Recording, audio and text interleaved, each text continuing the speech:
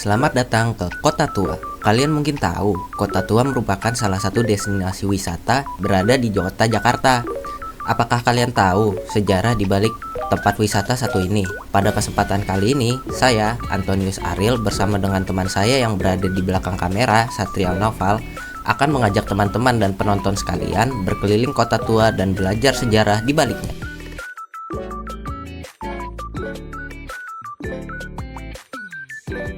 Sejarah Kota Tua.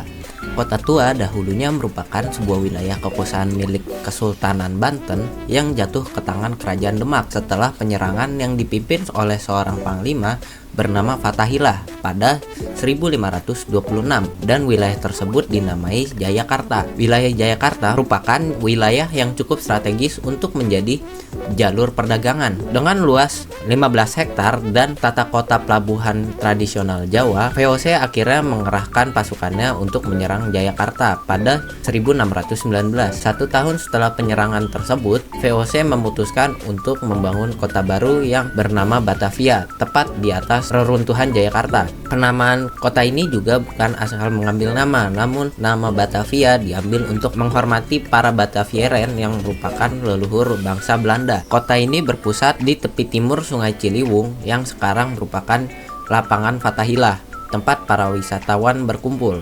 Fun fact, nama suku Betawi yang kita kenal sekarang sebagai penduduk asli Jakarta merupakan turunan kata dari sebutan orang Belanda untuk para penduduk Batavia yang merupakan Batavianen.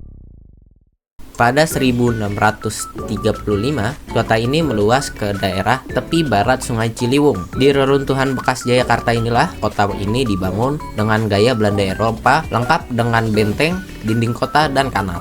Batavia selesai dibangun pada tahun 1650, yang kemudian menjadi kantor pusat VOC di Hindia Belanda dan menjadi pusat administratif Hindia Belanda. Dikarenakan sanitasi yang buruk di dalam dinding kota, banyak penduduknya yang terkena wabah tropis. Kota ini mulai meluas ke daerah selatan setelah epidemi pada 1835 dan 1870 yang mendorong banyak orang keluar dari kota yang sempit menuju wilayah Wildvreden yang sekarang merupakan Medan Merdeka, Jakarta Pusat. Batavia bertahan menjadi ibu kota Hindia Belanda hingga pendudukan yang dilakukan oleh Jepang pada 1942.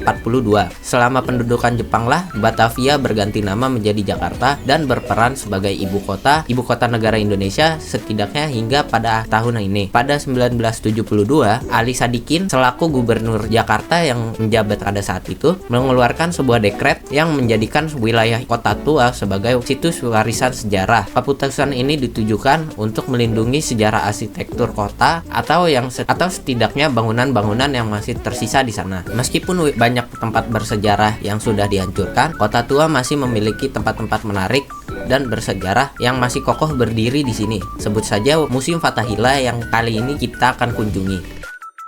Museum Sejarah Jakarta, atau yang lebih dikenal oleh para wisatawan sebagai Museum Fatahillah yang kita kunjungi kali ini, merupakan bangunan yang dahulunya digunakan oleh pemerintah Hindia Belanda sebagai Balai Kota Batavia. Gedung ini dibangun pada tahun 1707 hingga 1710 atas perintah dari Gubernur Batavia saat itu, Jenderal John van Horn. Bangunan ini memiliki arsitektur menyerupai Istana Dam yang merupakan istana Raja Belanda yang berletak di Amsterdam, Belanda. Gedung Fatahillah terdiri dari bangunan utama dengan sayap di bagian timur dan barat serta bangunan sanding yang pernah digunakan sebagai ruang kantor dan ruang pengadilan. Tak lupa dengan ruang-ruang bawah tanah yang pernah digunakan sebagai penjara. Museum ini memiliki berbagai koleksi bersejarah seperti 3 replika prasasti yang berasal dari Kerajaan Tarumanegara sebagai koleksi Museum Fatahillah. Selain 3 prasasti tersebut, Museum Sejarah Jakarta juga memiliki koleksi peninggalan dari Kerajaan Tarumanegara dan Pajajaran, hasil penggalian arkeologi di Jakarta, lukisan-lukisan bersejarah, senjata-senjata yang pernah digunakan pada pertempuran Batavia, dan mebel-mebel antik yang berasal dari abad ke-17 hingga abad 19.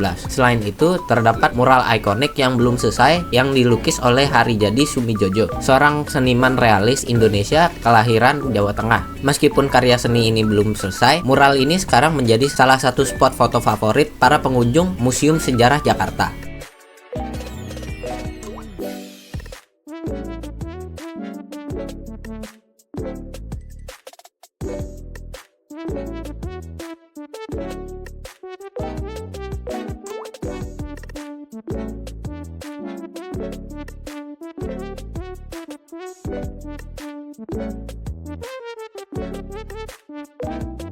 Sepertinya sampai sini saja jalanan kita kali ini. Semoga penonton sekalian dapat menikmati perjalanan dan penjelasan sejarah yang kami sediakan. Terima kasih sudah menonton.